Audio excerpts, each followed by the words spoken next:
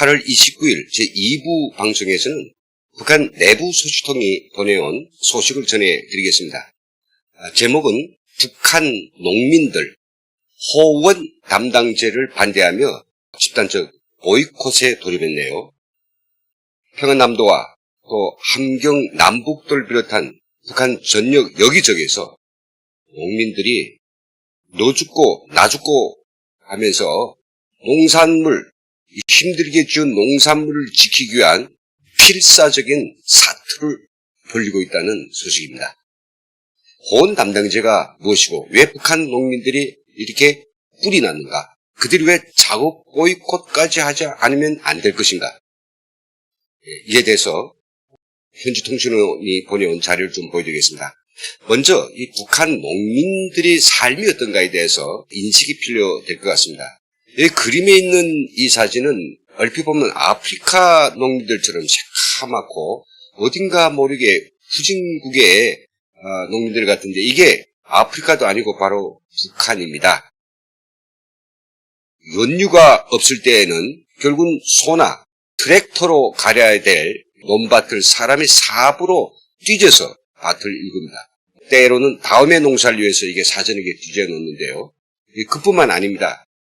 올해처럼 연휴가 좀 들어왔을 때는 괜찮으나 지금까지 많은 농촌들에서 농민들은 소를 몰아가지고 이게 밭을 갈죠.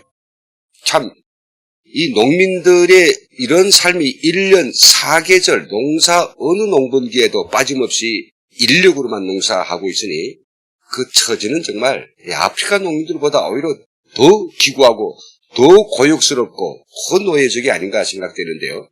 모내기철에도 대평야가 펼쳐져 있는 황해 남북도를 제외하고 대부분 지역에서는 손으로 모내기를 하는 형편이죠. 대학교 때 모든 논판에 이렇게 손 모내기 한다는 게 정말 쉽지 않습니다. 저도 중학교 1학년부터 고등학교 3학년까지 거의 한 6년 동안을 농촌에 해마다 소년 노동을 했습니다. 농촌 지원이라고 하는 민명으로 어린이들까지 농촌에 가서 바쁜 농사일을 도우라고 해가지고 부모를 떠나서 집을 떠나서 이 조그매기들이 농사를 짓던 생각 이것도 올리면 참으로 씁쓸하기만 합니다.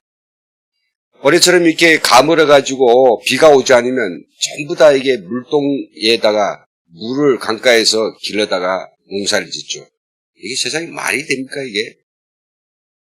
군인들도 나선 형편입니다. 그래서 이제 봄에 파종을 하고 김을 메고 그리고 김도 한 번이니까 여러 차례에 걸쳐서 김을 메고 가을에 수확을 얻었을 때 힘들게 농사를 짓는 농민들이 그래도 자기 집 고깔에 어느 정도라도 챙겨 놓아야 일할 맛도 나고 또 생계도 유지하고 하는 거 아니겠습니까? 지금 북한 주민들 올해도 이렇게 힘들게 농사를 지었는데 갑자기 농민들이 당에 이 분배 시책이 달려지면서 야 이럴 바짜 지고는 왜 우리들한테 농산물을 처분하도록 하겠다고 약속하고 호원 도급제라고 실시했는데 왜 그 약속을 지키지 않고 또 분배제로 돌아가느냐라고 하면서 정말로 필사적인 사투를 아마 벌리고 있는 것 같습니다. 북한에서 이 단체 행동, 보이콧 이거 허용되지 않습니다. 정말 극단한 상황, 너는 살려야 살 수 없는 이런 지경이 아니면 사람들이 감히 보이콧 같은 것을 엄두도 못 내는 그런 상황이죠. 한 것은 이 호원 도급제라고 하는 말 여러분들 아마 처음 듣는 이야기일 겁니다. 근데 올해 노동신문에 실린 사설과 여러 가지 기사들을 통해서 전 느닷없이 과거에 하던 호전 담당제란 말은 싹 사라지고 호원 도급제가 나와가지고 이건 또 무슨 도깨비 감투꾼이냐라고 생각했는데 얼마 전에 농업부에서 올해 11월 1일부터 실시하게 되어 있는 호원 도급제에 따른 사회주의 분배 시책이 시달되었다고 합니다. 이 분배 시행 시책이 올해 초에 농민들한테 발표를 하고 힘들게 농사를 지켰던 그 약속하고 180도 뒤집어 엎는 일이 지금 벌어지고 있다는 거죠. 호원도급제는 도대체 무엇일까? 좀 배경 설명하겠습니다. 북한의 농경제 이 변화 과정을 보면 잘 알 수 있는데요. 북한은 토지는 밭갈이 하는 농민에게 라고 해가지고 지주의 땅을 빼앗아서 농민들에게 나눠줬습니다. 소유를 완전히 넘겼죠. 그래서 그때부터 전쟁이 끝난 1954년까지는 개인농을 했습니다. 다 개인농이었어요. 그러다가 전쟁이 끝나면서 농토가 폭탄에 다 뒤져지고 농쟁기가 없고 가축이 없으니까 그때 이제 북한 당국은 농민들이 어려운 상황을 풀어준다고 하면서 일대 강제적으로 그들이 수건이었던 협동농장을 만드는 데 달라붙었죠. 그때 두 가지를 종용했습니다. 개인농들이 협동농장에 자원적으로 들어오라.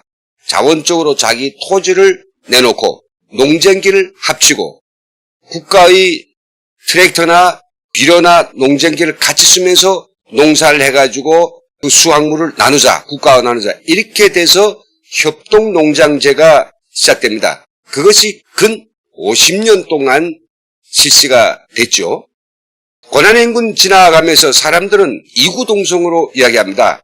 중국처럼 저렇게 개인들에게 땅을 무상으로 도로 나눠주든지 즉 45년 체계로 가든지 아니면 여기에서 우리가 땅 국가의 토지를 대여받아가지고 농사를 해먹고 그 수확물을 처리할 수 있게 해달라. 이런 요구가 이제 강하게 일어나니까 할 수 없이 중국식의 그 시스템을 약간 벤치마킹한 것이 바로 가족 도급제였습니다.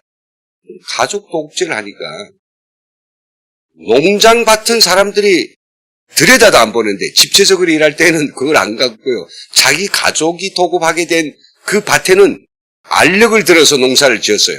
이 층하가 농장밭과 가족 도급제 밭이 천지 차이였던 것입니다. 그러니까 결국은 전체적인 소출은 줄은 거죠.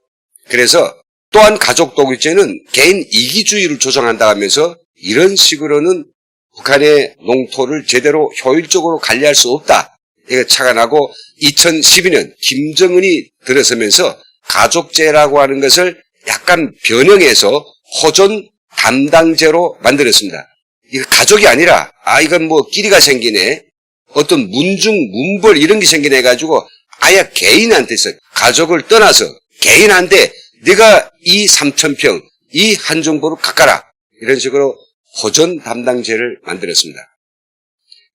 호전 담당제도 한 사람이 뭐 힘센 사람이 있고 그리고 머리가 좀 돌아가는 사람이 있고 농사에 대해서 능력이 있는 사람이 있고 없는 사람이 있다 보니까 이게 또 층하가 생기는 겁니다.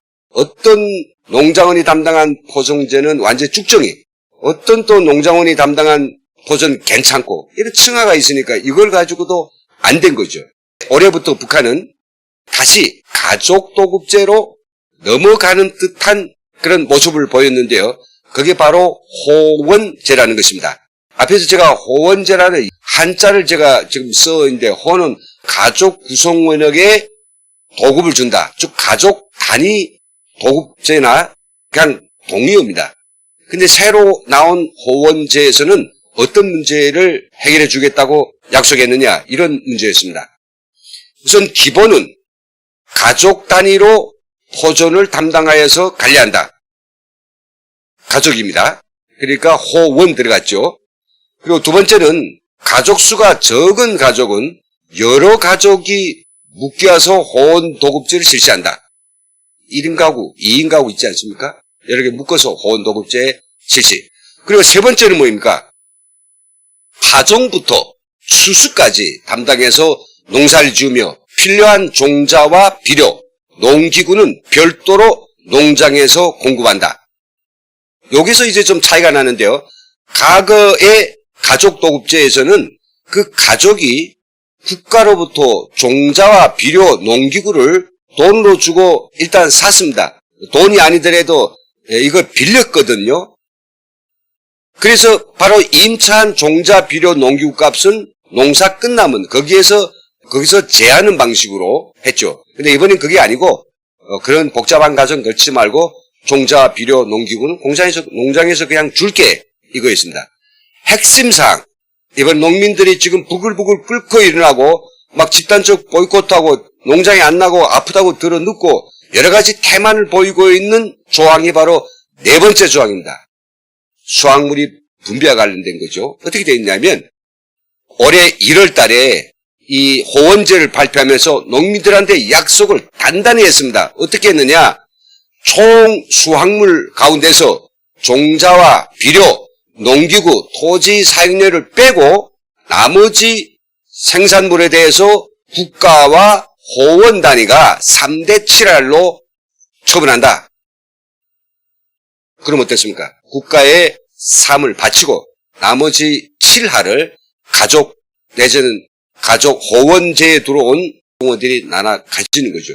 이거는 농민들한테서 굉장히 사기를 낼 수 있는 그들이 의욕을 느낄 수 있는 그런 것이었습니다.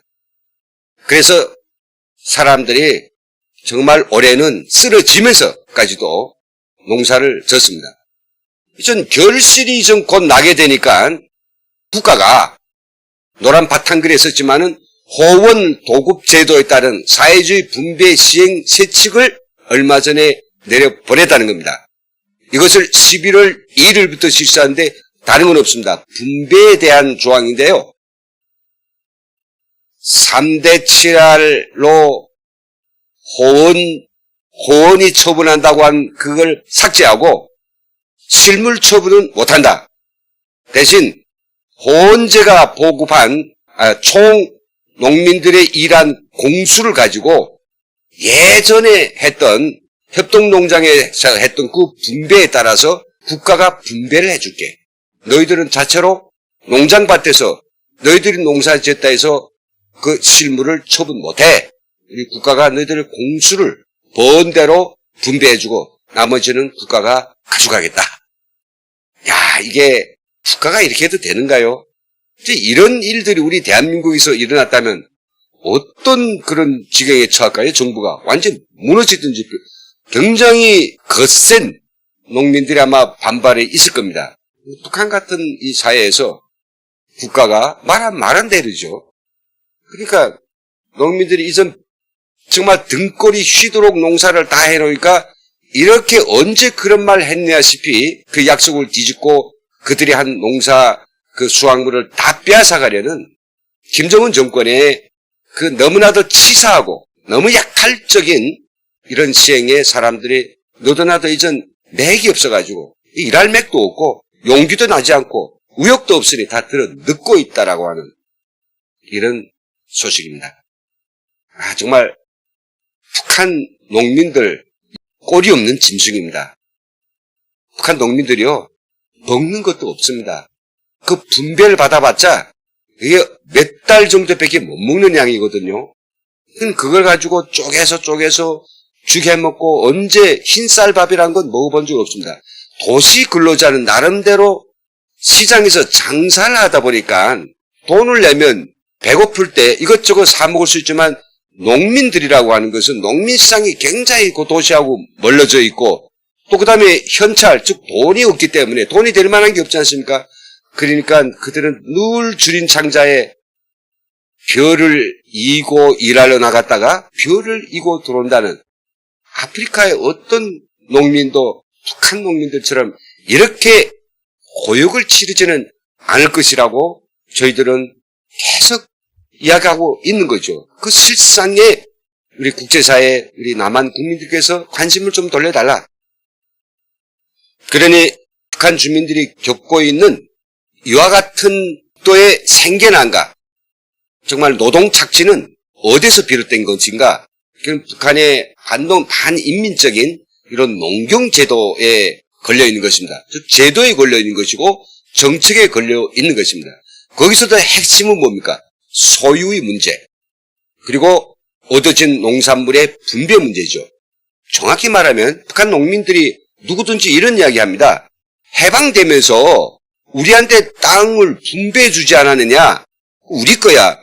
그리고 우리는 언제 내 개인의 소유의 토지를 국가에 바친 적이 없어.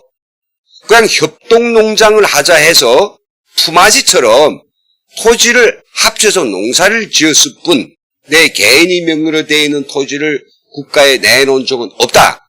그러니까 지금도 이 토지가 내 것이다. 그런데 왜 내 토지를 가지고 또 재분배하면서 분단제니 도급제니 하면서 내 땅에서 지은 농사를 왜 니들이 가져가느냐. 이게 그들이 불만이고요. 두 번째 분배의 문제라고 하는 것은 농민이 농사를 짓고 얻은 그 수확물을 처분하지 못한다면 농민은 도대체 어떻게 살아가라는 거냐.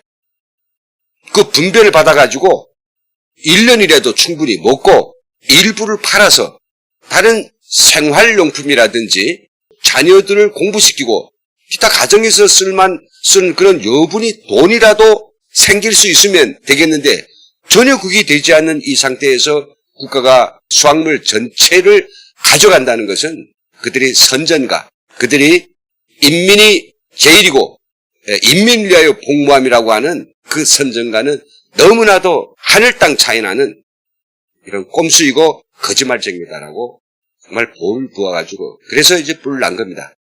노동당과 인민연회들에서 이렇게 태업의 형식으로 집에 들어놓은 농민들을 찾아다니면서 얼리고 협박하고 강제로 끌어내고 있는데요. 이게 확산될 조짐을 보이니까요. 그래서 저는 오늘 이 소식을 긴급히 전하면서 우리가 농민들이 땅의 주인이고 또 거기서 난 수확물을 마음껏 처분할 수 있으면 언제든지 도시로 살 수도 있고 또 도시근로자가 기촌 기농을 해가지고 농업도 할 수 있는 이런 자유롭고 풍요로운 우리 대한민국의 자유민주주의 체제가 너무나도 좋습니다. 너무나도 귀중합니다. 라고 하는 이 말씀을 꼭 드리고 싶었습니다. 여기서 마치겠습니다. 시청해주신 여러분 감사합니다.